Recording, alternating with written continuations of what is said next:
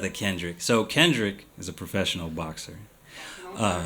At Boxing on Saturday. He's also, shameless plug, willing to offer you all quite the opportunity, which is a 2-week free experience at his gym, as a part of being a part of this experience.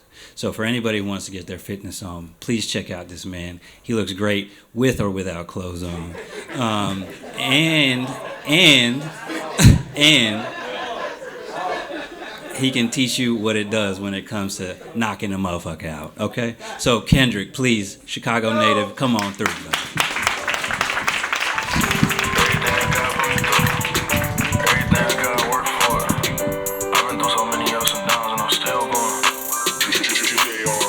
Everything that God put me through, I was built for it. Everything I got, I worked for it. Would've killed for it. I've been through so many ups and downs, and I'm still going. Most of my niggas signed gun laws, and they still told them everything that God put me through. What's up, man? Oh, it's loud. It's loud, man. First of all, I want to shout out to my boys. What's up? I'm good, I'm straight. What's up, man? What's up? I don't do talking in front of people and stuff like that. It was shout out to my boy, he put me on this. I'm like, hey, you want me to talk, bro? That's crazy, you know? And another thing, too, is shout out to him when he was like, man, he come with all punches. Yes, man. I went 34-4 in the amateurs, 2-0 in the pros. 1-0 in the pro, but I fight tomorrow. You're going to say 2-0, you feel me?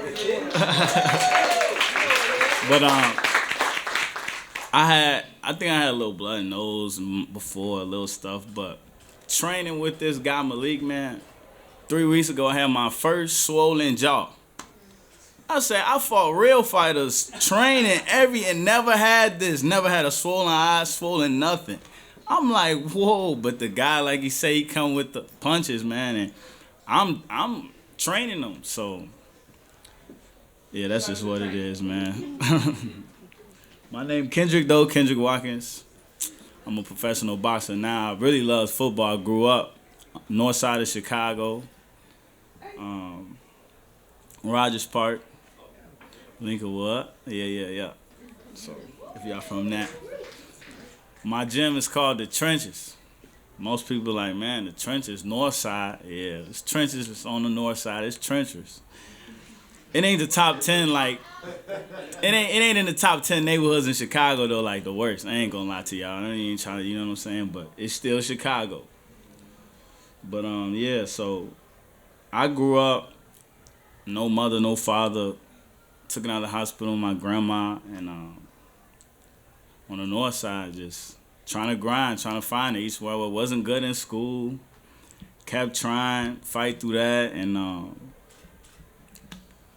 school, I played football, so school, you always gotta go to school to play football. I had to make it work because I wanted to play football. Even if I had to get them C's, them D's, they like, yeah, come on. I'm like, I don't care, I'm playing football. So I pushed that all the way through elementary school, going on to high school. High school is when life came. You know, I started making my choices, man, you know. Choices that, you know, when you're a product of your environment, you just do it. You just get into it when you have to friends, you in a neighborhood, you know. But I was raised by my grandma, like I told y'all, so she still had her foot on my neck. You know, I got slicker. I ain't get caught, but I got slicker, and I was doing what I was doing, so that's just what it was. I was playing football through that, and me, growing up, it was a struggle sometimes. With just a grandma, you know, she couldn't be, a lot of people like, man, that's my mom, that's my dad. I had a phase I was doing that too, but she couldn't be both. She was my grandma. She couldn't just, you know, first of all, she had arthritis and stuff in bad legs, so I had a lot of freedom, moving, grooving, you feel me? I come in the house, I'm late night, I'm grandma, I'm acting like she gonna whoop me, but she old. You know what I'm saying? I'm like, grandma ain't finna do nothing. You know what I'm saying? She called Big Unc, though. Unc took care of me. You feel me? So I'm like, damn, you know what I'm saying? I was a kid, though. 2 weeks later, I'm back on that stuff.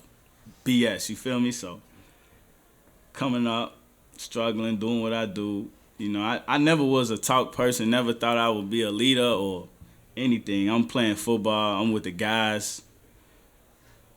just doing what I do. So, time I get into high school, I told you I had granny on me, so I ain't get caught. I don't care what no one said. None of my homies, if y'all want to break into that crib and do that, I'm not finna just do that. I'm gonna have to think about it before I do it. You know what I'm saying? Y'all going through that front, y'all let the back door open for me, because I ain't getting caught, bro. Grandma ain't finna get me. So that's what happened, and then just school, getting them C's, them D's. Man, I was never really smart like that. I was later on in life, I figured out I was a hands-on guy, but in school, they giving me a GPA, giving me grades, and you know what I'm saying? I'm getting them D's, them F's and stuff. I'm like, man, damn, am I really slow? You know what I'm saying? So it's just what they gave us, they wanted us to learn, and I wasn't with it. I didn't have no intentions to even learn it. Sometimes first period English, me and my teacher was into it because I'm skipping class most of the time. And when I do show up, I don't even got the homework done. So it was just like, they was trying to motivate you, but at the same time, they like, what is you doing here? Just go. And I'm like, man, I don't want to be here either. You telling me this, you know what I'm saying? Shout out to my CPS teacher, by the way. I went to CPS school, feel me? Mather High School, summer school at Sullivan. Yes, summer school, because them math classes, couldn't get through it, you feel me? So, as I'm growing, though, I'm getting smarter, but in weird different places, you know what I'm saying? Like, I had a studio in my house for music I built. A lot of guys was rocking with that. Football, I was the captain of the football team, you know what I'm saying? I'm like, man, thanks, shout out to you, coach. Coach like, yeah, keep them grades at C level at least for me. I'm like, all right, he helped me with that, but I'm still struggling, I'm still finding them little gaps after school to run into the streets, do all this, do all that, And like I'm saying, it's hard to catch yourself or when you're not getting caught. So I'm doing all this stuff slick, and I'm getting away with it.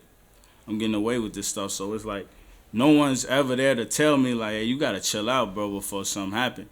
But what happened was I got to a certain age where I started telling myself, because I started having friends get locked up and go to jail and getting killed. And that's when I'm like, man, I got to slow my own self down for something happen. And then, my grandma, me looking in her eyes every day and stuff, she wanted better. And me getting older, I realized, like, she ain't had to get me out that hospital.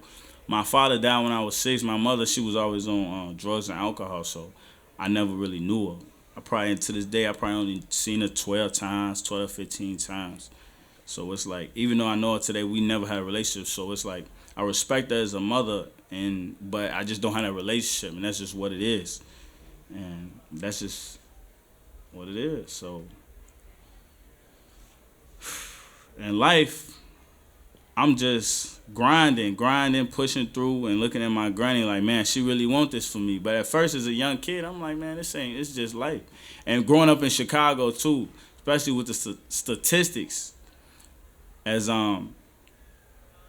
growing up, all right, my boy, I got 3 minutes, bet it up. All right. I'm just like, yeah, I gotta cling on. So I get through high school, I graduate. First of all, that was crazy because it was like 15, 20 of us in there, and it was only 2 of us that graduated, and we just finessed it, and I got through. I ended up I stayed a semester out, and my grandma ended up telling me like I wasn't doing nothing but dangling, running around in the streets again after high school, after I graduated. She like, don't nothing come to a sleeper but a dream, man. She keep telling me, and I'm like, shut up. She like, give me all these quotes. I'm young. I'm just like, man, I ain't listening to that. So I ain't never smoked or drank, though, in my life. My grandma told me when she got me from the hospital, I was baby shaking and shit. The calm me, took me off. And then she always told me crazy, scary stories. I think she just was making some of them up. So I won't do it, but... You feel me? I don't do it, though. But, yeah, that's also because of my father and my mother. So that was my way of not doing it. And so after that, I get to JUCO. College, I tried for football. I was still good at football. I ended up making it. I didn't have no money, though. About to leave, they'll give me a scholarship. Gave me a scholarship. I did what I did. I kept hustling. boom, I'm doing good. Life coming together. Boom, I come back home. Boom, 14. The year before that, my grandma died, 2013. 2014, boom, I end up catching a murder case. Fought that case. Took about two to 3 years. Boom, I end up, as I'm fighting it, they see my background and I ain't got nothing on it. So they just like, man, we're going to let you get movement. So I end up going back to school they got me on phone call. They like, you don't answer no call, bro. We gonna lock you up. You gotta answer all. So I'm talking. I never dealt with none of this. I didn't get caught till then. So I'm telling my people, they like, bro, you gotta deal with it. You gotta fight it. And I'm like, damn, what type of advice is that, man? I'm 20 years old at the time, 19. I didn't know what was going crazy through me. I'm like, man, I need a lawyer. I ain't had no money. I'm broke. I end up figuring it out, man. Just keeping it, you know what I'm saying, real. And it was just. Boom. So after that, I end up, what I do?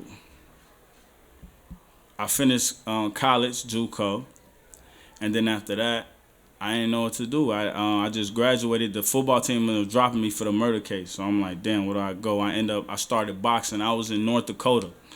I started boxing. They kept just saying, like, you got potential. You know, me coming from Chicago, though, I was already getting it rocking on the streets, so, you know, they couldn't tell me nothing. I walked in that gym, I end up getting boop, bop, boop, bop, boop. I'm damn.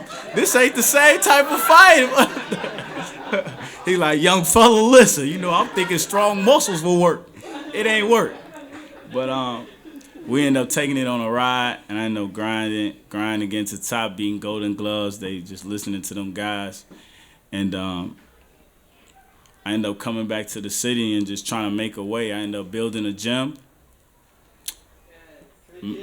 Building on my first gym from scratch.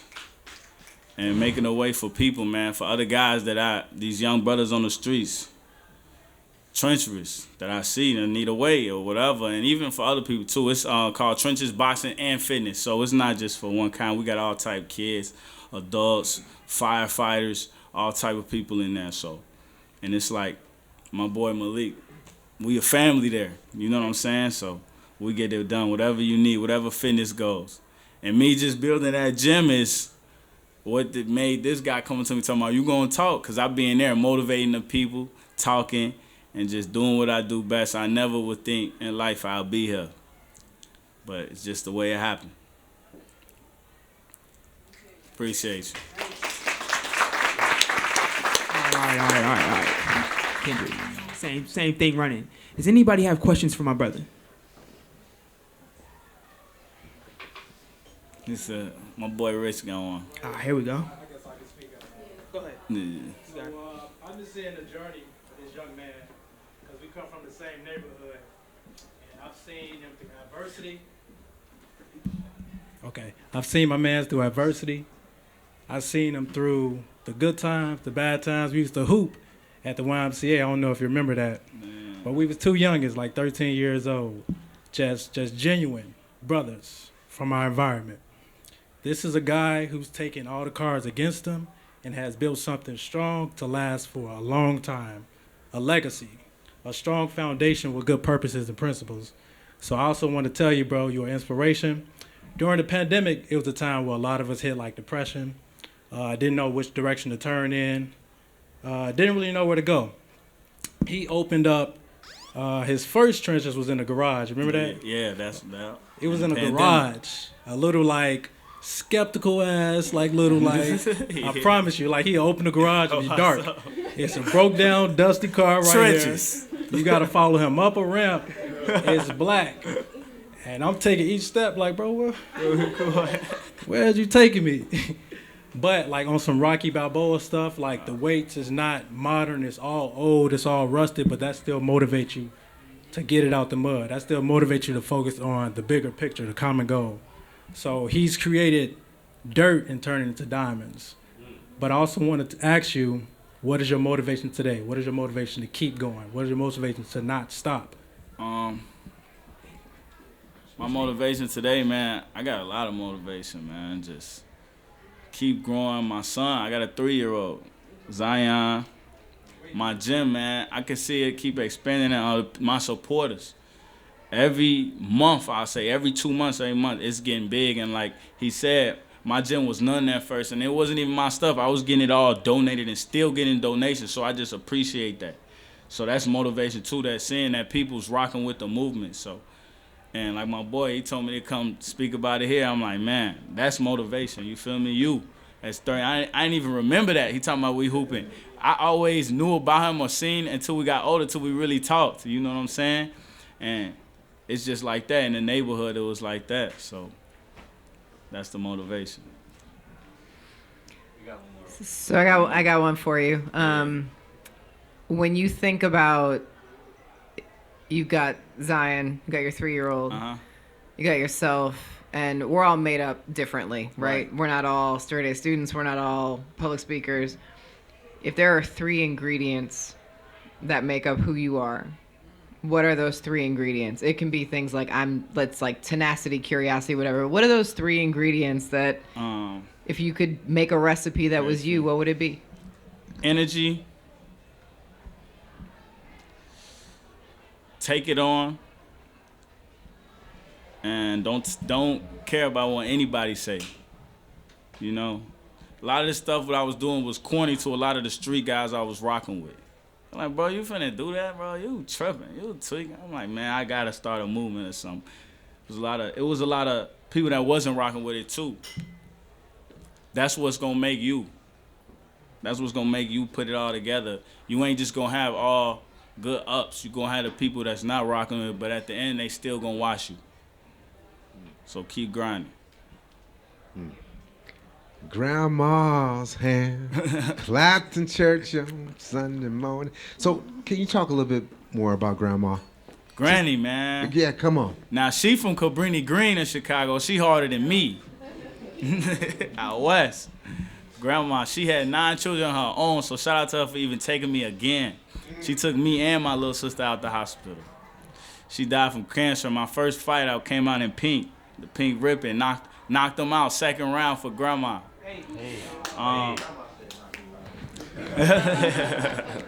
Grandma, when I mess up when I'm 5 years old, running around the crib with a belt before she couldn't walk, I got the worst whoopings. But she was teaching me, you know what I'm saying? Now I'm older, a lot of people in the family like, damn, you kind of got it together. I'm like, I guess. Shout out to Grandma, you feel me? So, Grandma, she also let me do what I do. When I built that studio in the crib, man, we was cursing, rapping, man. Sometimes I get in my fights down there. And she, Grandma, shut up. You know what I'm saying? So she let me have some room too. And I remember that as a shorty, I wasn't able to think about it. But now I'm like, damn, she was cold. You feel me? So, yeah. All right. Thank you, Kendrick. You welcome. We was counting and you dropped some beds trying to steal that. So bro, if you ain't know, now you know that's why I feel back. I feel like you needed that, but ain't know how to ask. But you see me spin that shit on less, you supposed to be my mans. I done had to read through my roster so many times. All right, we moving along. We moving along swiftly. These is my people, so I figure I'd go ahead and just introduce the last speaker.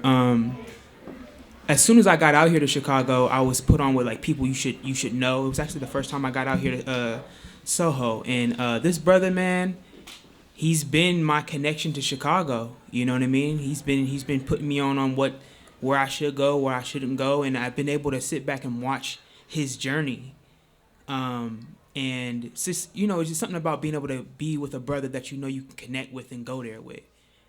And so this brother has his and that's one thing I learned about Chicago. Everybody got their own business, got their own thing going on. I'm like, all right, what you got going? And he got this whole artisan drink production going. And it's called Do Well.